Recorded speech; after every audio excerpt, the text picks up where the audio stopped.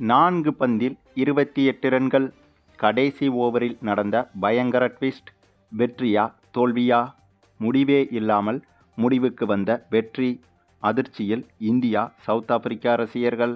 அதாவது இந்திய கிரிக்கெட் அணி தற்போது சவுத் ஆப்பிரிக்காவுக்கு எதிரான கிரிக்கெட் தொடரில் விளையாடி வருகிறது. டெஸ்ட் போட்டிகள், ஒருநாள் போட்டிகள், T20 போட்டிகள் என 3 விதமான ஃபார்மட்டிலும் சவுத் ஆப்பிரிக்கா அணிக்கு எதிராக இந்திய அணி விளையாடி வருகிறது. ஏற்கனவே சமீபத்தில்தான் ஆஸ்திரேலியாவுக்கு எதிரான தொடரை வெற்றிகரமாக முடித்திருந்தது இந்திய அணி. T20 தொடரை கைப்பற்றி செம்மையான ஃபார்மில் இப்போது சவுத் ஆப்பிரிக்காவுக்கு எதிராக களமிறங்கி இருக்கிறது இந்தியா. அதிலும் இந்த இரு அணிகளுக்கு எதிராக சமீபத்தில் நடைபெற்ற ஒரு T20 போட்டியில் இரு நாட்டு ரசிகர்களும் எதிர்பார்க்காத பயங்கர அதிர்ச்சி சம்பவம் ஒன்று அரங்கேறியிருந்தது. ஆமாங்க, அது என்ன சம்பவம் என்பதை பார்ப்பதற்கு முன்பு நம்ம CSK ரசிகர்களுக்கு மிகப்பெரிய அதிர்ச்சி செய்தியும் இனிப்பு செய்தியும் காத்திருக்கிறது. அதை பற்றி விவரமாக பார்த்து விடுவோம். அதாவது தற்போது IPL அணிகளில் விண்டோ ட்ரேட் மூலமாக ஒவ்வொரு அணியும் தங்கள் அணியிலிருந்து சில வீரர்களை வேறு ஒரு அணிக்கு கொடுத்துவிட்டு அந்த அணியிலிருந்து தங்களது அணிக்கு சில வீரர்களை அழைத்து கொள்ளலாம். இந்த ஒரு ஃபார்முலா என்பது வழக்கமாக நடைபெற்று வருகிறது. ஆகவே அடுத்த வருடத்திற்கான IPL தொடரை முன்னிட்டு இப்போது இந்த விண்டோ ட்ரேட் ஆப்ஷன் நடந்து வருகிறது. இந்த ஆப்ஷன் என்பது ஏலம் நடத்துவது போல அனைவருக்கும் தெரிந்தது போல நடத்தப்படாது. இந்த விண்டோ ட்ரேட் ஆப்ஷன் அணிகளுக்கு உள்ளாகவே பர்சனலாக நடந்து முடிந்துவிடும். அதன் பிறகு எந்தெந்த அணிகள் எந்தெந்த வீரர்களை கொடுத்துவிட்டு எந்தெந்த வீரர்களை வாங்கியிருக்கிறது என்ற தகவல் வந்த பிறகுதான் ரசிகர்களுக்கே அறிவிக்கப்படும். அந்த வரிசையில் தற்போது நம்ம CSK ரசிகர்களுக்கு மிகப்பெரிய சர்ப்ரைஸ் ஒன்றும் காத்திருக்கிறது. ஏனென்றால் இப்போது CSK அணியில் நீண்டகால நம்பிக்கை நட்சத்திரமாக இருக்கும் நம்முடைய ரவீந்திர ஜடேஜா ராஜஸ்தான் அணிக்கு செல்ல இருக்கிறார் என்று சொல்வதை விட சென்று விட்டார் என்றுதான் சொல்ல வேண்டும். ஆமாங்க, அதிகாரப்பூர்வமாகவே தற்போது தகவல்கள் வெளியாகிவிட்டது. நம்முடைய ரவீந்திர ஜடேஜா ராஜஸ்தான் அணிக்காக விண்டோ ட்ரேட் மூலமாக சென்று விட்டார். அதற்கான கையெழுத்துகளும் அதிகாரப்பூர்வமாக நடைபெற்றுவிட்டது. இத்தனை வருடங்களாக CSK அணியின் முழு நம்பிக்கை நட்சத்திரமாக இருந்த இவர் எதற்காக ராஜஸ்தான் அணிக்கு திடீரென செல்கிறார் என்பதற்கு முக்கிய காரணங்களும் கூறப்படுகிறது. அந்த காரணங்கள் படி பார்த்தால் இவர் இன்னும் ஓரிரு வருடங்கள் மட்டுமே IPLலில் விளையாட முடியும். ஆகவே அந்த தருணங்களில் முழு பொறுப்பையும் ஏற்று விளையாடுவதற்கு எண்ணியிருக்கிறார். அதனாலேயே ராஜஸ்தான் அணிக்கு நான் வரவேண்டும் என்றால் ராஜஸ்தான் அணியின் கேப்டனாக மட்டுமே விளையாடுவேன் என்று உறுதிமொழி வாங்கிவிட்டு தான் ராஜஸ்தான் அணிக்கு சென்று இருக்கிறாராம் ரவீந்திர ஜடேஜா. அதே சமயம் ராஜஸ்தான் அணியிலிருந்து நம்முடைய சஞ்சு சாம்சன் இப்போது CSK அணிக்கு வர இருக்கிறார்.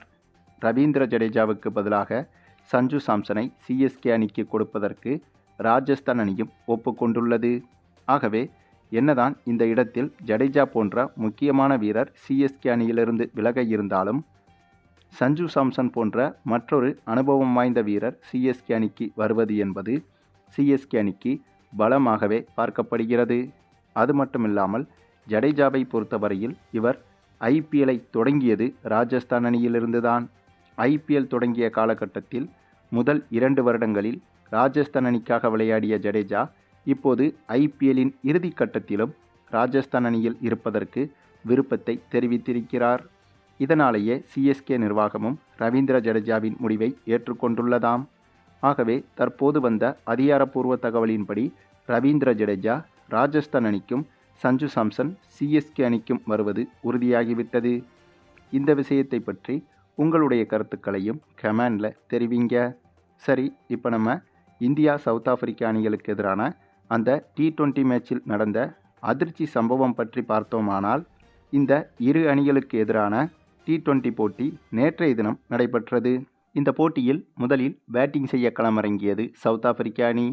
அப்படியாக களமிறங்கிய சவுத் ஆப்பிரிக்கா அணியில் ஆரம்பம் முதலே சவுத் ஆப்பிரிக்கா பேட்ஸ்மேன்கள் சூப்பராகவே பேட்டிங் செய்தனர். என்னதான் இந்த போட்டி இந்தியாவில் வைத்து நடைபெற்றாலும் கூட சவுத் ஆப்பிரிக்கா பேட்ஸ்மேன்கள் நிதானமாகவும் நேர்த்தியாகவும் அதிரடியாகவும் விளையாடி ரன்களை குவிக்கத் தொடங்கினார்கள்.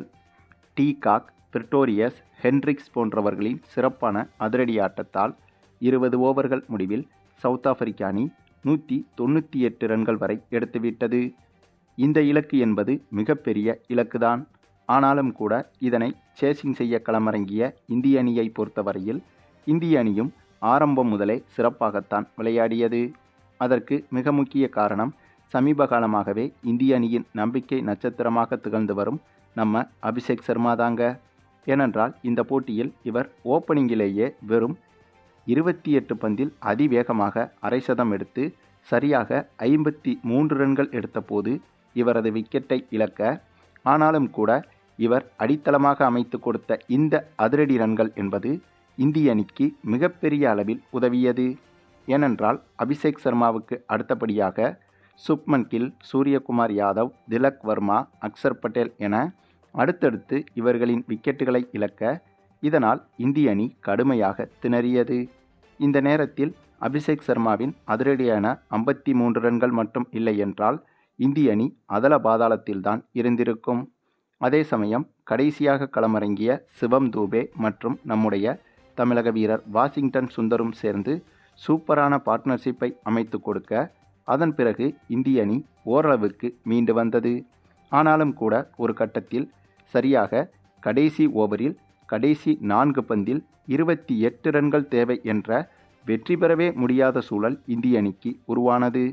ஆனால் அந்த கடைசி ஓவரை வீசிக்கொண்டிருந்த சவுத் ஆப்பிரிக்கா பவுலர் அந்த ஓவரில் சொல்லி வைத்தது போல 2 நோபால்களை வீசியிருந்தார். இந்த நோபால்கள் தான் இந்த ஒட்டுமொத்த கிரிக்கெட் ரசிகர்களுக்கும் மிகப்பெரிய அதிர்ச்சியை ஏற்படுத்தியது.